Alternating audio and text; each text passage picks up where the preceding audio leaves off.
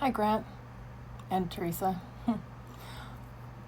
Thanks again for coming in between us. But hey, it's the pattern, isn't it? Hi, Grant. I want to lay out the facts of what's happened step by step so it's all clear. Leading up to my court case, you withdrew your support at a time when I really needed some words of encouragement. You said this was due to work stress. We didn't talk again until after the court case had occurred, which was June 17th. It was a very stressful time for me. After that, you came back around and said you wanted to work at the relationship. Shit, I'm not going to have enough time to... I've got 3 minutes. Okay, go. We agreed to stay together, create a safe space, and keep having good conversations. We didn't speak for 2 days. We had agreed we'd talk later on my Sunday. I was giving you space because you said you needed the weekend to recover from work stress. On last Saturday, my time, Sunday, yours, you had a car accident. Minor-ish, You called me essentially to say goodbye, saying that you felt the effort with me was somehow tied to your stress or the accident and that you needed to disconnect. I was very concerned for your safety and was very glad that it wasn't worse than it was.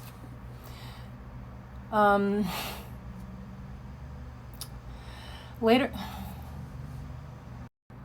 that day, after hanging up with me, you called Teresa for emotional support. She offered to come by, your ex-wife, and she went by your place for tea. You didn't tell me about this at the time. That same day, you also turned off location sharing on Life 360. I sent you a message encouraging you not to focus on the negatives, to look at positives, to stop putting yourself down, and that you're not a failure. I also said that you are successful and that a lot of people really like and care about you. Trying to be encouraging and supportive. I said take care, not expecting to hear back. The next day, you texted me about your car repairs, apologized for how you handled things the day before, and asked if I wanted to talk. And we did talk, and you turned back on the location sharing. We spoke for about 2 hours, had a good conversation about world affairs and other things, ended saying we missed each other. Over the next week, we had several more good conversations. We talked about being intentional in the relationship and putting in daily effort. You agreed. On my Sunday, this was the week before, I had sent a message suggesting we both work on our own lives for now, but keep the door open. You asked if I was breaking it off. I said no, just giving us space to grow individually. You replied that you wanted to make it work, wanted us to be in love again, and it was still all in. During the week, we continued talking, told each other we loved each other, shared ideas and jokes. Around Thursday, my time, around 8:30 p.m., we talked as scheduled, and because we did schedule it just so that it was you told me that after the car accident and tea with Teresa, she had texted you that day, Thursday my time, Friday your time, inviting you on a hiking trip about an hour and 20 minutes away to Macedon Ranges on Sunday, which is today, your time. So just to interject, I'm doing this mostly for therapeutic purposes, to get this out of my head and just to make a record of it.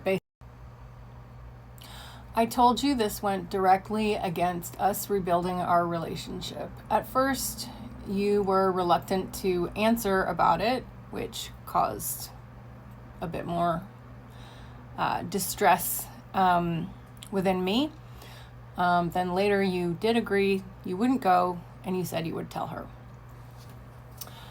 I asked you to be honest with her about us. You told me that last Christmas she had asked, does she think she's in a relationship with you? And you ignored the question or changed the subject.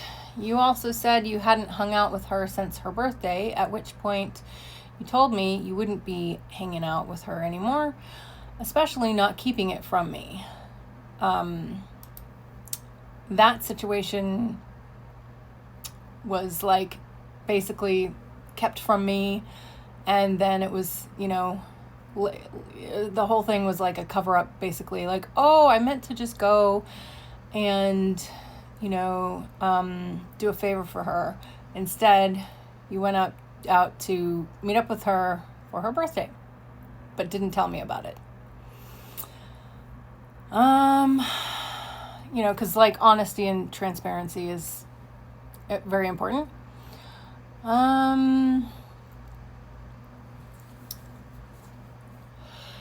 Early Friday morning, my time, we spoke for about 2 hours, joked, talked about our pasts and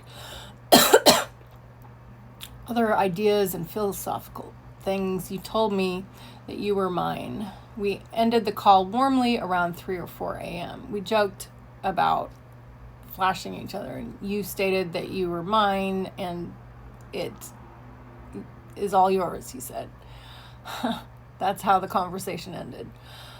The next day, you sent me a message saying that you couldn't do it anymore. Goodbye and good luck with it, everything. On a phone call after that, you said you were still not going to go on the hike with Teresa and that you would probably go see your mother instead. I said we could be a good team once we handled some immediate things in our own lives and channeled our energy in the right direction, or like aligned energies kind of thing, and asked that we not disconnect, and we agreed to leave the door open for the future. Today, Saturday my time, Sunday yours, the day of the planned hike, you turned off location sharing on Life 360 around 5:30 p.m. my time, Pacific Standard Time. You've also said that the conversations this week were difficult for you because of what I've been going through and that it made communication hard. I have record that about 70 to 90% of our conversations were pleasant, jovial, or sharing ideas and listening to each other.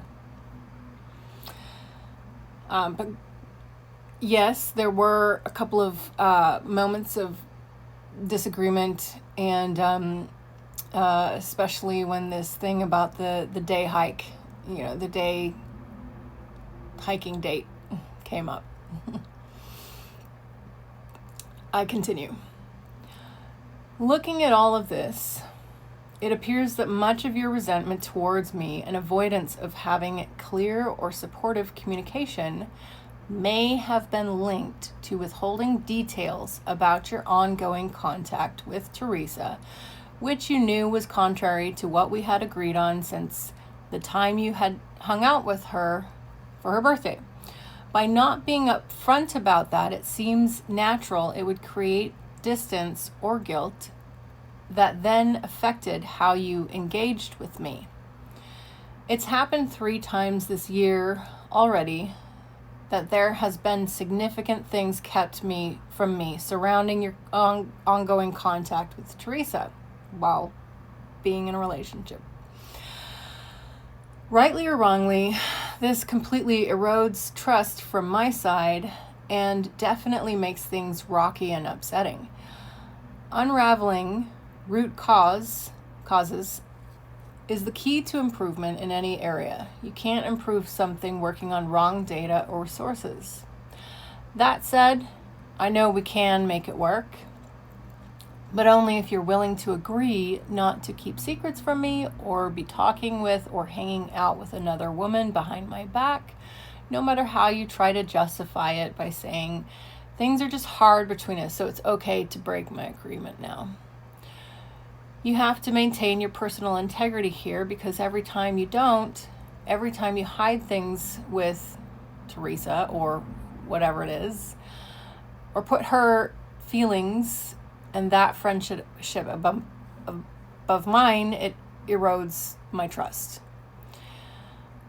As I've said before, you'd be honestly surprised how smooth things could be between us if you weren't carrying secrets behind my back, were fully loyal to me as your woman and only to me, and weren't still honoring some old agreement with another woman. We both agreed to keep the door open for the future.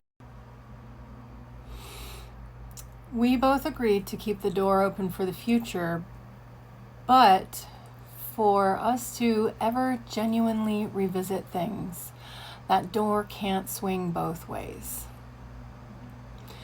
Keeping another woman around in any significant way simply can't enter into our dynamic.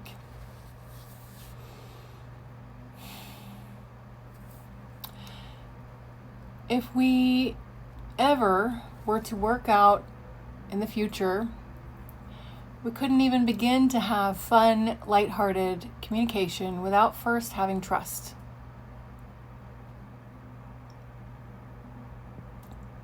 The issue here is not that we can't communicate,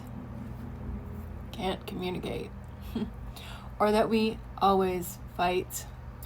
There's a precise reason those petty fights happen, and it's documented in clinical research on relationships. People pick unnecessary conflicts when they're concealing things to offload guilt or deflect attention.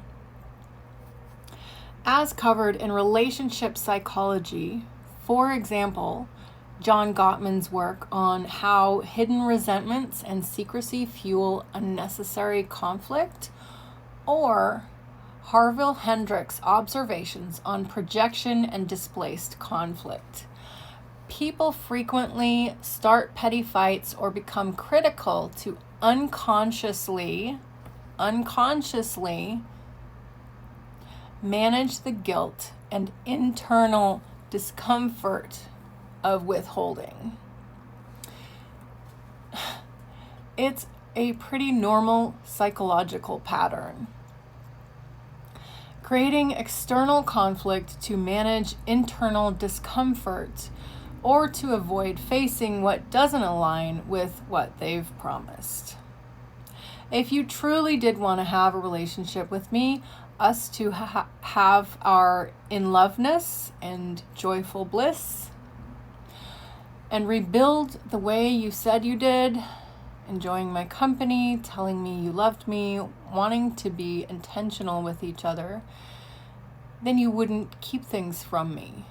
You also wouldn't continue to prioritize a dynamic with Teresa that you know makes me uncomfortable. Effectively, putting that above my feelings. That's not very considerate or fair to me, and it directly conflicts, as I was saying,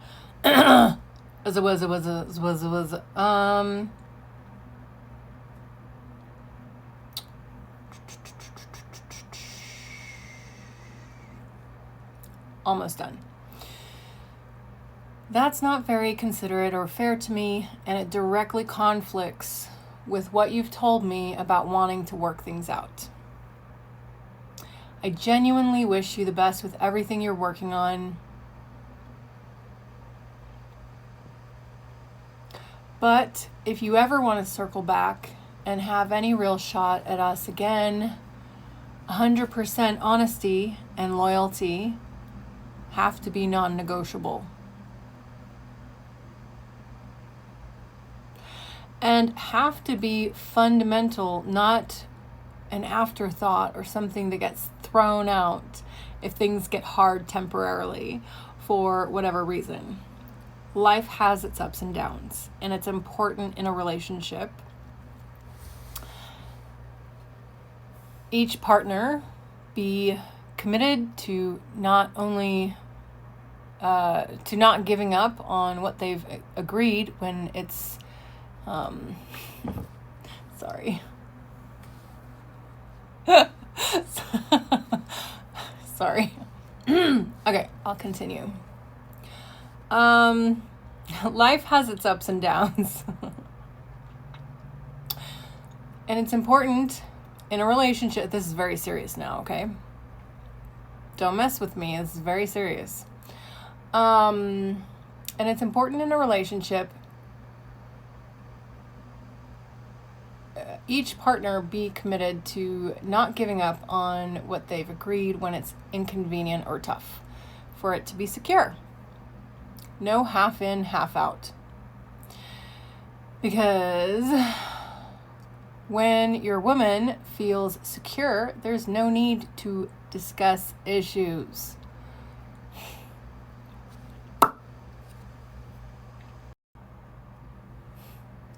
I would just like to say that to Teresa, I have tried to be your friend. I have tried to reach out to you. I've tried to, I feel that a lot of what's happened between Grant and I has not been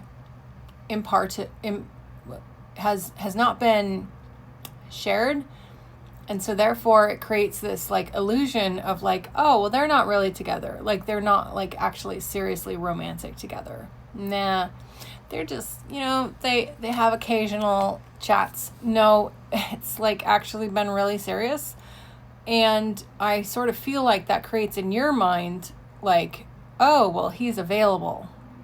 I'm sorry, but so that was the whole point of me requesting with him. I waited like several months to actually ask him, like, hey, can you, like, when you meet up with her over the holidays, can you actually say, like, we're together, But I think he put it across in a way like, oh, yeah, I reached out to Anne, or like I talk to Anne sometimes, just so you know. And then he was like really awkward about it, and like, when you tried to ask him questions about it, and he was like, anyway, so how's the weather? So not actually like clearly saying what had actually been going on with us. And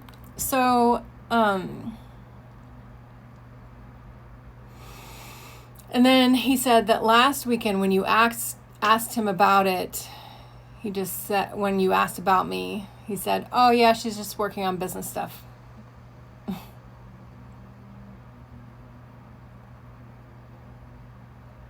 Cool. In his mind, he thought, oh yeah, well that shows her that we're together, because like, I'm like, no, it doesn't, sweetheart. Like that actually is not clear at all that you and I are like, like, do you know what I mean? Even though we agree between ourselves, Anyway, so I have tried to be friends with you and friendly, and I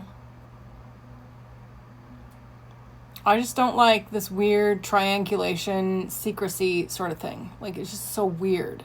And we did talk about you last night or night before, not last night, night before last. How can we, and we talked about a plan when I go out there of like, oh yeah, we would do it like this. We'd meet up and like that. Well, so you've managed to do it again, Teresa. Thank you again. The number of conversations I've had with Grant, because he's had to like, sort of like keep me hidden in the background from you, and you in the background from me. Last night,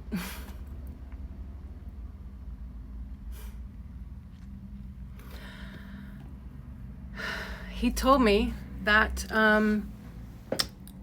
after the incident that happened last week, he called you and talked to you about it. You went over there and had a cup of tea. Playing from Anna's laptop. Stop. And that you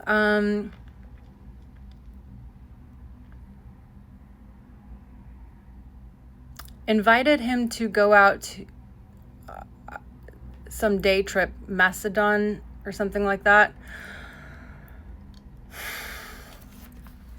He and I have been in a relationship quite seriously.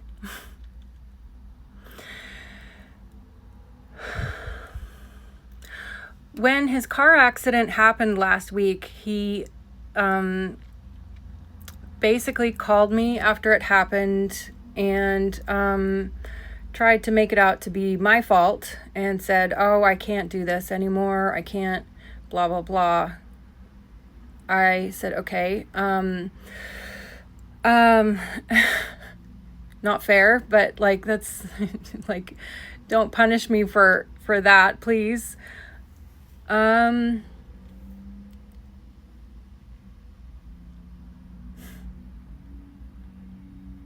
So you went and hung out with him, and then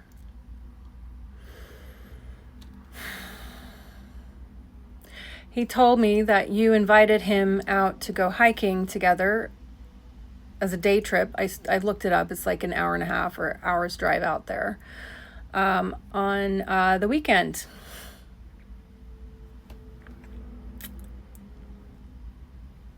While he and I have been trying to basically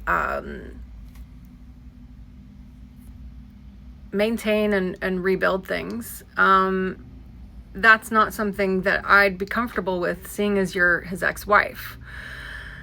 Anyone else is fine, but you know, that kind of crosses a line. So we had a talk last night, and he agreed that he wouldn't, and that he was going to tell you about it. He agreed to me that he was going to text you today. That was the last thing he said to me last night. And then I woke up this morning to, oh, sorry, it just doesn't work with us anymore, after I had requested that, you know, he not go out on a day trip kind of a thing with you. I obviously don't know how much you guys talk, but you know, he and I have been quite serious for quite some time, and talking like every day.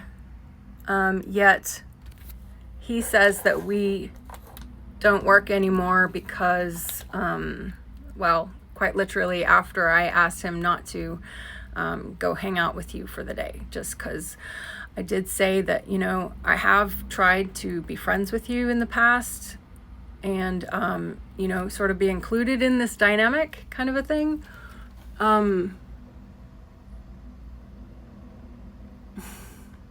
He said that you asked about me when you went over there to see him,